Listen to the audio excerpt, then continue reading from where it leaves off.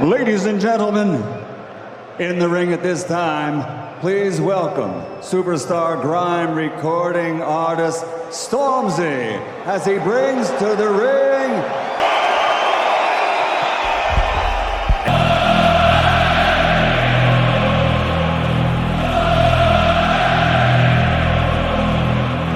from home from him, and he looks very relaxed. Yes, he's walked this way before a few times, Fletch. London, are you ready for me? Olympic gold. 13 wins. 13 devastating knockouts.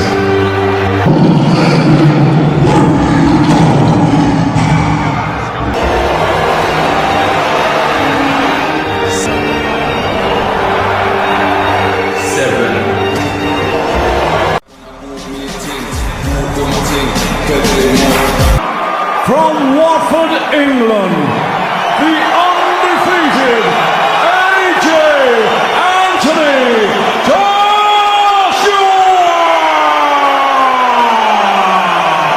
On Netflix, to those of you joining us right here in Texas. Are you ready to make history?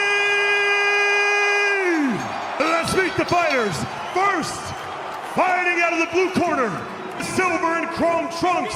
He stands 6 feet 1 inch tall. He weighed in at 227.2 pounds. He holds a near perfect professional record of 10 victories, 1 defeat, with 7 of those wins coming by way of knockout. And he fights out of Dorado, Puerto Rico, by way of Cleveland, Ohio, USA. He is the multi-talented superstar who bridged the gap between social media and professional boxing. Boxer, a content creator, an entrepreneur, a philanthropist, and a promoter, and the self-proclaimed of boxing. Ladies and gentlemen, he is the problem child, Jake El Gallo Paul. The streets of London to the screens of Hollywood. 2 stars, 2 stories, 1 ring. Joshua versus Paul is a fight you couldn't script, but boxing made it real. Boxing fans, welcome back. Today, we dive into one of the craziest rumors shaking the fight world, Anthony Joshua versus Jake Paul, a 2-time unified heavyweight champion against the internet's most polarizing boxing star. Is it a real fight? Could it happen? And who wins? Let's break it all down. First, Anthony Joshua, Olympic gold medalist, former WBA, IBF, WBO, and IBO heavyweight champion. From his brutal knockout of Vladimir Klitschko in front of 90,000 at Wembley to his redemption win against Andy Ruiz Jr. in Saudi Arabia, Joshua built a reputation as a global superstar with thunderous power and resilience. His resume boasts wins over names like Dillian Whyte, Joseph Parker, Alexander Povetkin, and Kubrat Pulev, all proof of his championship pedigree. Jake Paul, from YouTube prankster to legitimate pay-per-view draw. 9 pro fights, only 1 loss, to Tommy Fury.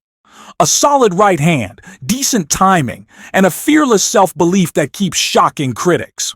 Once dismissed as a gimmick, Jake forced the boxing world to take notice with decisive knockouts of Tyron Woodley, a hard-fought win against Anderson Silva, and victories over the likes of Ben Askren and Nate Diaz.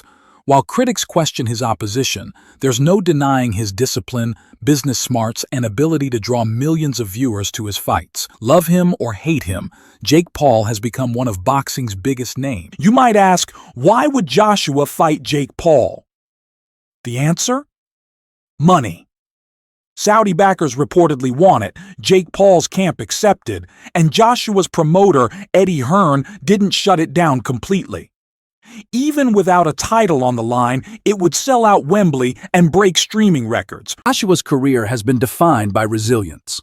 After suffering a shocking defeat to Andy Ruiz Jr. in 2019, many wrote him off, but he returned with discipline and composure, outboxing Ruiz in their rematch to reclaim his belts.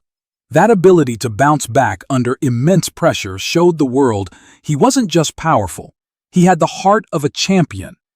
Fans also remember his absolute war with Klitschko, where Joshua was knocked down but came back to finish the legend. For Jake Paul, it's the ultimate step up, from fighting MMA stars and small cruiserweights, straight into the lion's den of heavyweight boxing. Meanwhile, Jake Paul built his own reputation by consistently silencing critics.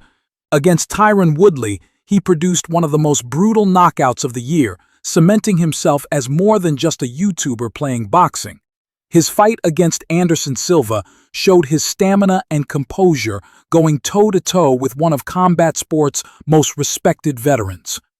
Each victory grew his confidence and fan base, proving he had more grit than anyone expected. The stakes for this fight couldn't have been higher. For Joshua, this was about pride and legacy, proving he could not only dominate his division, but also shut down the circus of Jake Paul once and for all.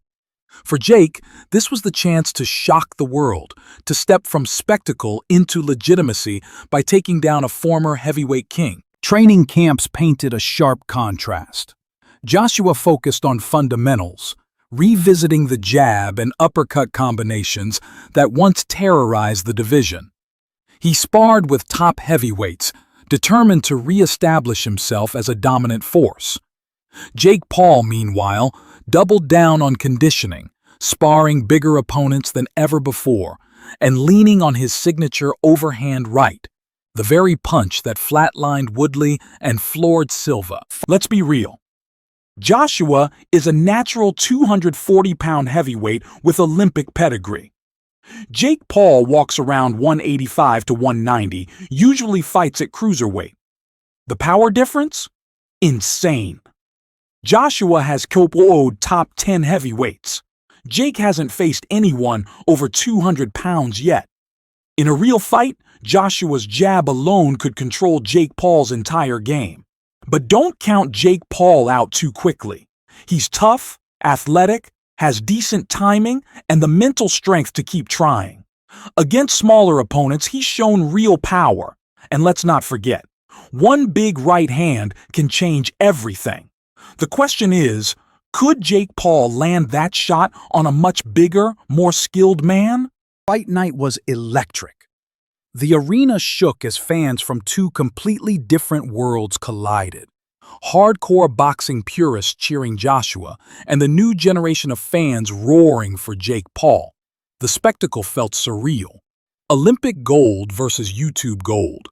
Stadium lights beamed, the crowd roared, and tension filled the air. The opening rounds were a chess match. Joshua's stiff jab controlled the distance, keeping Paul at the edge of his reach. Jake looked to slip and counter with looping right hands, trying to land the shot that made him famous. Each time Paul connected, his fans erupted, while Joshua's composure and ring IQ neutralized the danger. By the middle rounds, Joshua began to shift gears. His hooks and uppercuts broke through Jake's high guard, forcing Paul back into the ropes. Joshua's body shots drained Jake's energy, making him visibly slower. Yet Jake didn't fold. He fired back, showing courage that earned him respect even from his harshest critics. In round 7, the pace quickened. Joshua landed a sharp right hand that snapped Paul's head back, followed by punishing combinations. The difference in size, power, and experience was becoming clear. Still, Jake absorbed punishment and kept swinging, proving his toughness on the biggest stage. The later rounds were all Joshua. With calculated aggression, he closed the distance and dominated exchanges. In the 9th round, Joshua delivered a brutal uppercut, a shot reminiscent of his knockout against Klitschko, sending Jake Paul crashing to the canvas. The referee's count felt eternal, but Paul couldn't recover. Anthony Joshua was declared the winner by TKO. In victory, Joshua restored his aura as a feared heavyweight and silenced critics who doubted him. For Jake Paul, the loss didn't destroy him, it elevated his reputation. He had dared to face one of boxing's biggest stars, endured punishment, and showed heart that many never thought he had. This fight may not have been for belts, but it was for pride, legacy, and the future of boxing's entertainment era. It proved that spectacle and skill can coexist, and for one unforgettable night, Anthony Joshua and Jake Paul delivered a fight fans will never forget. And there we have it, fight fans. Could Jake Paul shock millions with a viral knockout, or will Joshua prove once again why he's a pay-per-view powerhouse? Let us know your thoughts in the comments below. Don't forget to smash like, subscribe, and turn on the bell for non-stop fight highlights, expert boxing breakdowns, and ringside action. Until next time, stay ready, keep your guard high, and keep fueling your passion for the fight game.